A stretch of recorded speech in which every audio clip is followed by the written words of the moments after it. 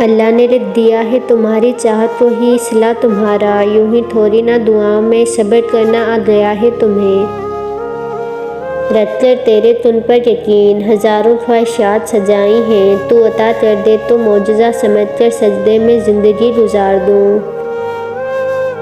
جب رب راضی ہونے لگتا ہے تو بندے کو اپنے عیبوں کا پتہ لگنا شروع ہو جاتا ہے، اور یہی اس کی رحمت کی پہلی نشانی ہے۔ ہو سکتا ہے جو تم مانگ رہے ہو تمہیں ملنے ہی والا ہو۔ میرا اللہ تو کبھی بھی کچھ بھی کر سکتا ہے، تو پھر تم سے کس نے کہہ دیا جو فوراً نہ ملے وہ پھر دوبارہ کبھی نہیں مل سکتا۔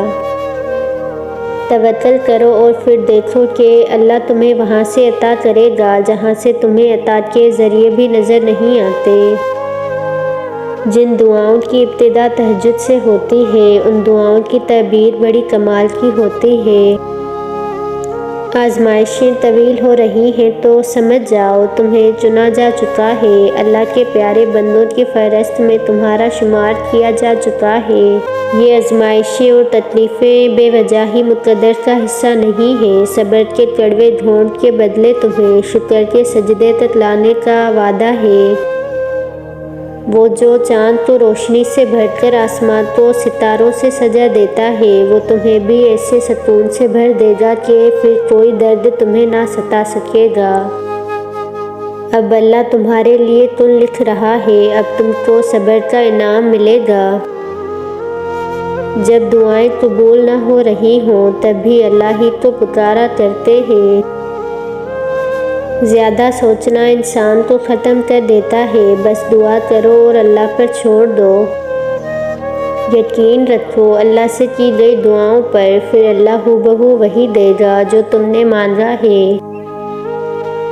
جب وہ تمہاری دعاؤں کو قبولیت کے لیے چن لیتا ہے تب وہ تمہارے دل میں دعا کا خیال بھی خود ہی ڈال دیتا ہے، اور امیدوں کے پیالوں کو اللہ کے سوا کون بھر سکتا ہے۔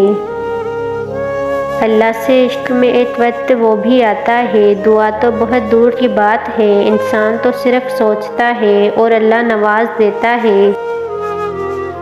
اللہ پاک فرماتے ہیں مجھے پکارو میں تمہاری دعا قبول کروں گا۔ تہجد ایسی مرہم ہے جس کے بعد نہ کوئی زخم ستاتا ہے اور نہ کوئی غم رلاتا ہے۔ میرے اللہ نے میرا اس وقت ساتھ دیا جب چاروں طرف مجھے اپنی ہار نظر آ رہی تھی۔ یہ جتنی آزمائش آئی ہوئی ہے نا تم پر، ان میں اللہ کی مصلحت چھپی ہے جو تمہیں ابھی تو نظر نہیں آئے گی، مگر یقین رکھو اس کا انعام تمہیں بہت بہترین بن کر ملنے والا ہے۔ مشکل وقت میں ہمیشہ دعا مانگا کرو، کیونکہ جہاں انسان کا حوصلہ ختم ہو جاتا ہے وہاں سے اللہ پاک کی رحمت شروع ہوتی ہے۔ تم جو خواب دیکھتے ہو ان کی تعبیر تمہاری دعائیں لکھتی ہیں، تمہارے ہاتھوں کا اللہ کے روبرو اٹھنا تمہارا نصیب بدل دیتا ہے۔ جانتے ہو معجزوں کی قیمت ہوتی ہے، معجزوں سے پہلے ہی تو آزمائش ہوتی ہے۔ تم نا امید ہو کے بیٹھے ہو کہ اب کچھ نہیں ہو سکتا، وہ تو پہلے سے ہی تمہاری خوشیوں کے انتظامات کر کے بیٹھا ہے۔ سنو دعائیں وقت لیتی ہیں لیکن وہ قبولیت سے پہلے تمہارا صبر آزماتی ہیں۔ تہجد وہ امید ہے جو کبھی ٹوٹ نہیں سکتی بلکہ آپ کی امیدوں پر پورا اترتی ہے۔ بات تہجد کی ہے تو ذرا محبت سے سنیے گا۔ تہجد کی نماز وہ واحد نماز ہے جو مؤذن کی نہیں بلکہ دل کی اذان پر پڑھی جاتی ہے۔ سب سے خوبصورت احساس یہ ہے کہ وہ دعا حقیقت بن جائے جو آپ کے اور اللہ کے درمیان راز تھی۔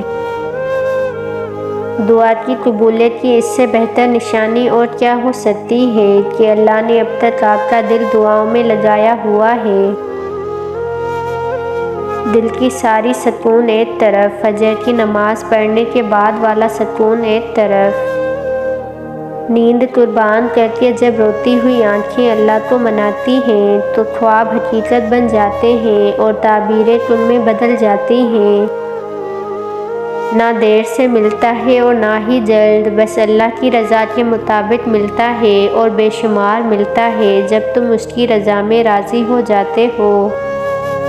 رب نے اگر دینا نہ ہوتا تو قرآن میں کن فیکن کا ذکر کیوں کرتا؟ یقین رکھو ساری دعائیں قبول ہوں گی۔ تہجد کی دعا سے وہ بھی مل جاتا ہے جسے لوگ ناممکن کہا کرتے ہیں۔ جو چیز حق میں بہتر نہیں اسے حق میں بہتر بنا کر اللہ سے مانگنے کے لیے ہی تو دعاؤں کو بنایا گیا ہے۔ اللہ پاک ایسا وقت بہت جلد لائے گا جب تم اپنی آنکھوں سے اپنے لیے معجزے ہوتے دیکھو گے۔ جب تک تمہاری ماں کے ہونٹ تمہارے لیے دعا کرتے مل رہے ہیں تو تم دنیا کے امیر ترین انسان ہو۔ دعائیں تو ہمیشہ قبول ہونے کے لیے ہوتی ہیں، وہ تو بس تمہیں آزما رہا ہوتا ہے اور اس آزمائش کے بعد کن فرما کر ہر بند دروازہ کھول دیتا ہے۔ ہو سکتا ہے جو تم نے کھویا ہے اسی کو تمہارے حق میں بہتر بنا کر تمہیں دے دیا جائے۔ ایسا کوئی زخم نہیں جس کی شفا تہجد میں نہ ہو۔ اللہ تمہارے دل کی وہ مرادیں بھی پوری کر دے گا جس کے لیے تم دن رات دعائیں کرتے ہو۔